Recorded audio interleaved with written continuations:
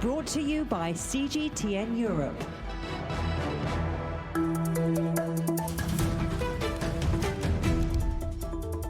I'm Stephen Cole. Welcome to the Agenda podcast. This week, we're rethinking retail and considering how the world's high streets can recover from the COVID-19 shutdown. Has the shopping experience changed forever?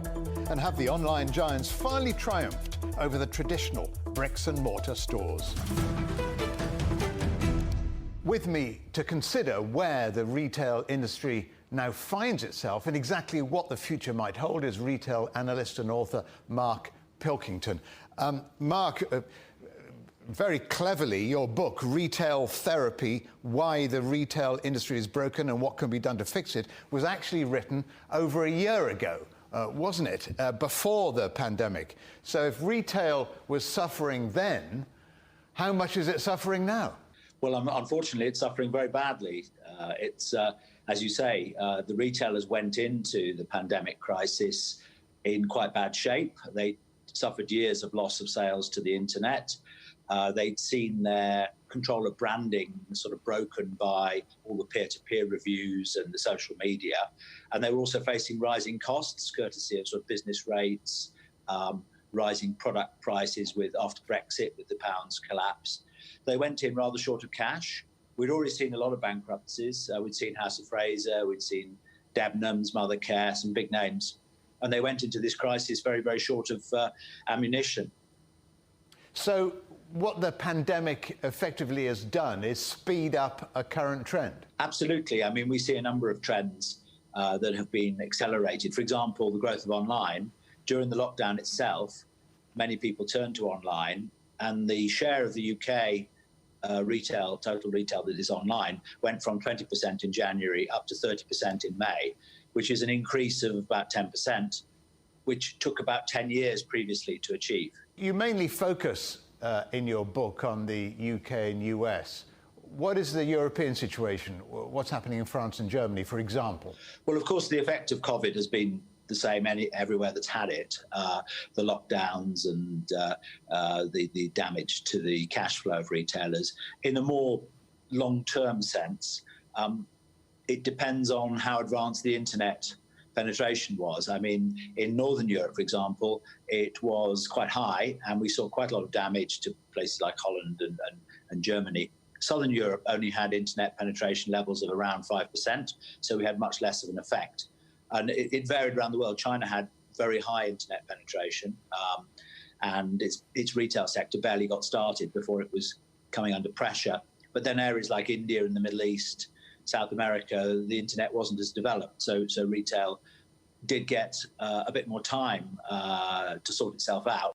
I mean, shouldn't the retailers have been better prepared for this? Shouldn't they have thought ahead a lot more? Well, I think that the retail industry has been guilty of quite a lot of complacency over actually the last 20 years because, for example, I started at .com in the year 1999, and we thought at that time we were going to destroy retail. And of course, it didn't happen at that time. But it's not like the retailers haven't had lots of warning of the rise of the internet. It's been going on for 20 years. And I think for a long time, they considered it to be the poor relation within their business. And they didn't really develop strong digital arms.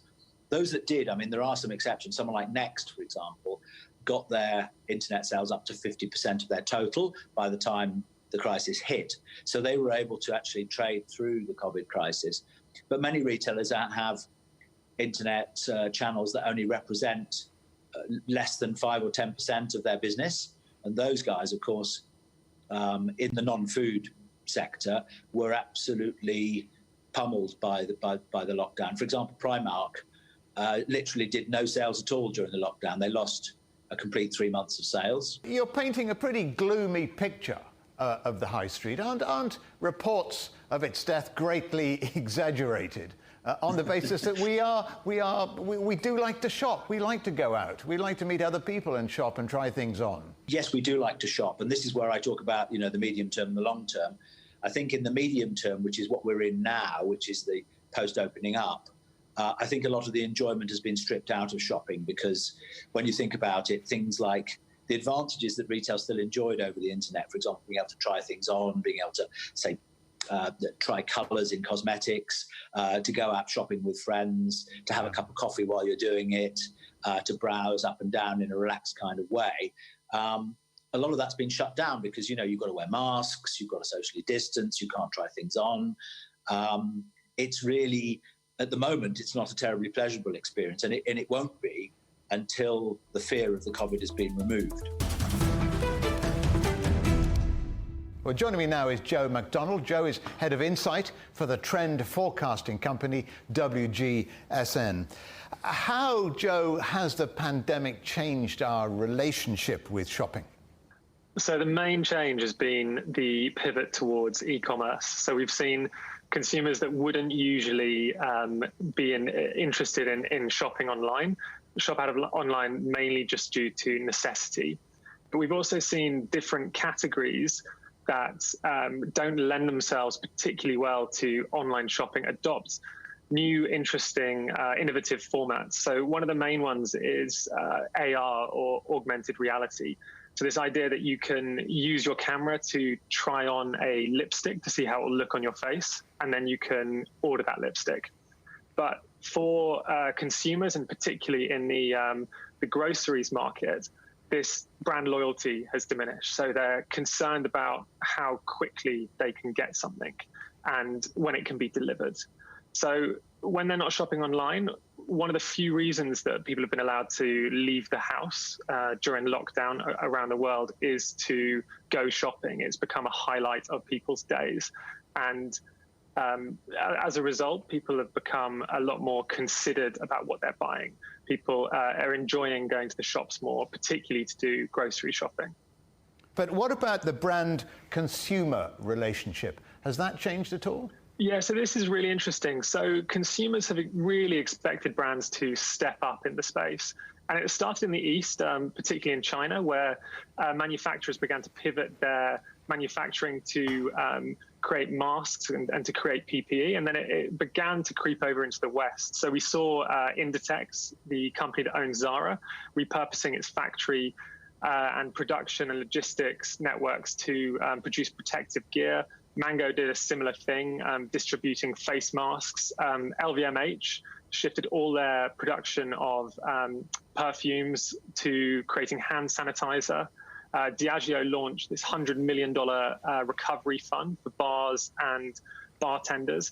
And consumers responded really well to this. They want to see that everyone is pitching in to help society and to help one another during the pandemic. And for brands in particular, if it ties into their purpose, if they can truly add value and pivot their operations to help, consumers respond well to that. And what about the international impact on markets? How do footfall numbers compare in the major European cities? This one's a little bit more difficult to call, but when people are returning to shops and to shopping centres, they're not lingering because there's still this anxiety in actually being enclosed in a physical retail space. And brands and companies are responding well to this because they're actually stripping back their stock and opening up stores more and looking at doing outdoor pop-ups. What about spending? Are people, a lot of people have been furloughed. Are they going to be spending more? Are they going to be more careful with their money? Consumer sentiment is very, very uncertain about the future. And while in China, we saw something that we're calling revenge spending, which is when you come out of lockdown and you've kind of been cooped up in your house and you want to go and spend money to make up for the lost time and lost spending.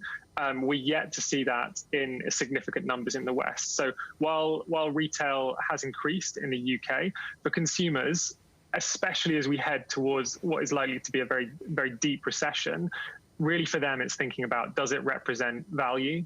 Does it do its job? And particularly in fashion, there's this requirement to think about, can it do multiple jobs? So if you're commuting on a bike, does the item of clothing you're buying, can it go from cycling into the office space?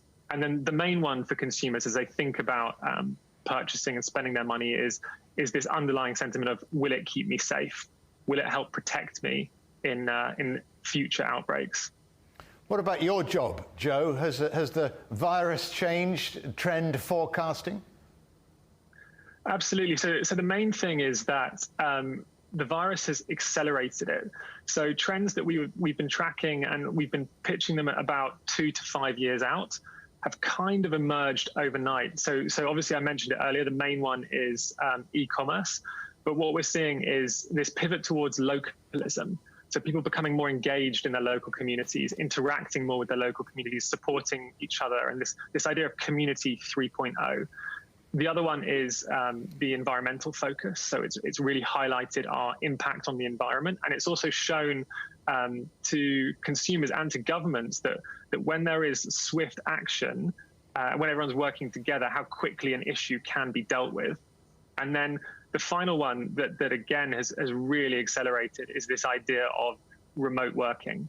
So this idea of flexi working and home offices and not everyone needing to be in the same space to be productive. Are all these changes, Joe, just for now, or do you see them all lasting? Well, there's quite a good framework to think about the changes that you're observing. And essentially, it's this idea of connection versus convenience.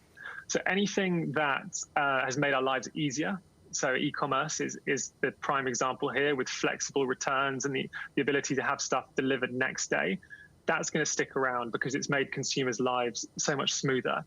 But anything involved in the connection part, so to your point around human behavior and the way we interact with each other, it's unlikely that these are going to stick afterwards. So the prime example will be, as we move out of lockdown, we're unlikely to keep celebrating birthdays on Zoom. That behavior is not going to stick.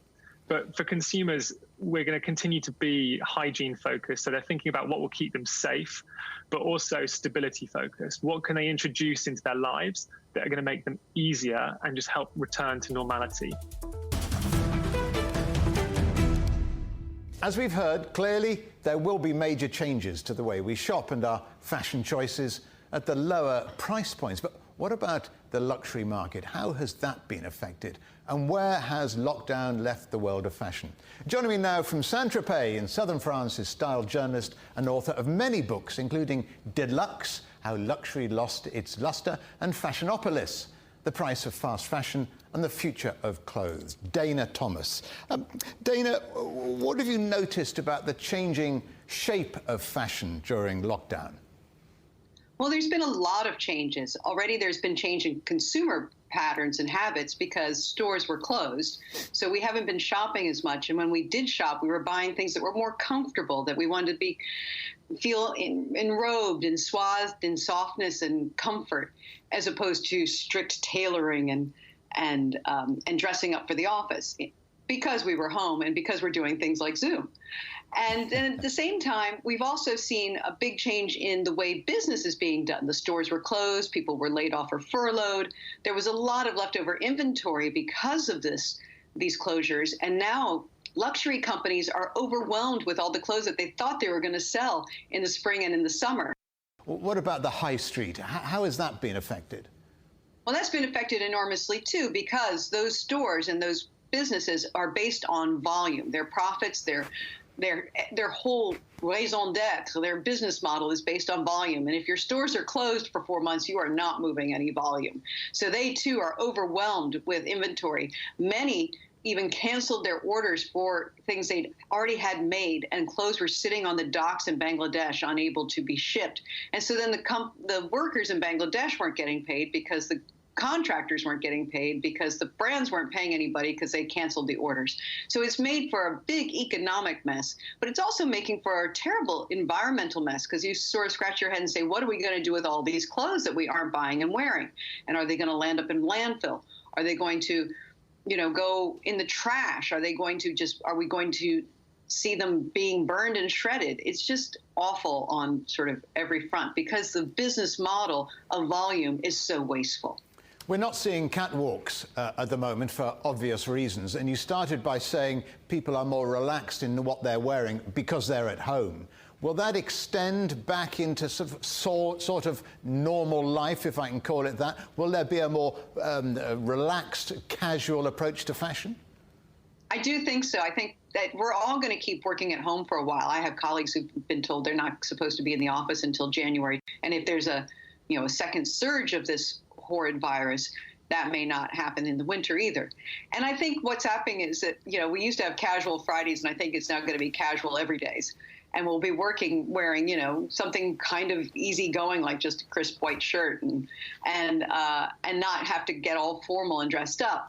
At the same time, I think when we do finally go out, it'll be such a celebration. It'll feel like every night will feel like New Year's Eve, that we will get dolled up. But we'll probably shop our closets and say, I've missed wearing these things, so we want to wear what we already have and not buy so much new. I have to say, watching the fashion shows, the digital fashion shows on the platforms this last week or two, they sort of felt out of touch with how we're all feeling right now, that they're about buying really beautiful, fabulous clothes for a fabulous life. And we're not really living it right now. Yeah. And it's the first time I've ever watched fashion shows and really thought, this kind of feels a little frivolous. It's really out of tune with the mood of right now. Yeah, that's exactly right. I mean, I'm sitting here dressed in a suit with a tie. Will we say goodbye to the tie in future, do you think? I think ties are on their way out. They were already on their way out. They were for, sort of wedding, funerals, and television appearances. But I think they're on their way out now. I mean, they've been around. Are you saying I should be wearing a tracksuit to be on trend? Well, maybe not a tracksuit, but the collar, the whole high-collared 19th century thing might be finally finished, like hats and gloves for women. And Dana, so back to the high street. I mean, there are a lot of similar brands on our high streets. Can you see some of those leaving the high street, or some kind of consolidation? Absolutely. In fact, many brands, fast fashion brands, have announced that they're closing thousands of stores and they're moving more onto digital, foreseeing the second wave of COVID and people at home going, what do I do? Let's shop online.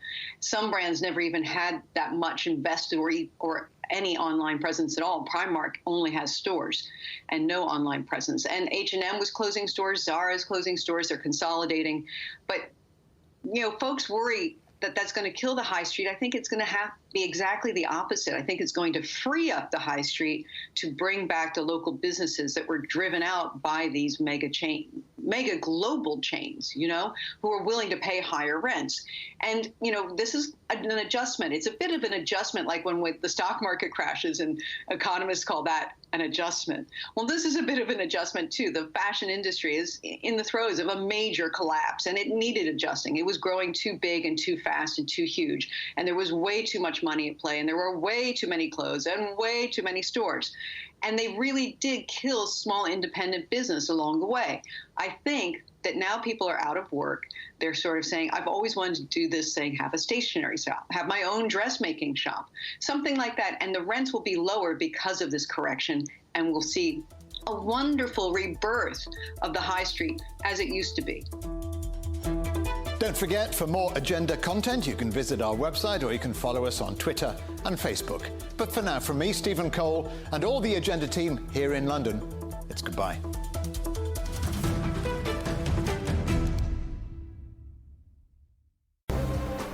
The most interesting questions. Are there other living beings beyond Earth? Will man or machine be in charge? Great question. Always have more than one answer. Well, hold on, let me just draw up a list. And always come from more than one person. That's where the credibility lies. The concept of having a machinery which is alive and evolving didn't wait for us. The end of inequality of incomes and wealth around the world, can you imagine how difficult that is at the moment to achieve?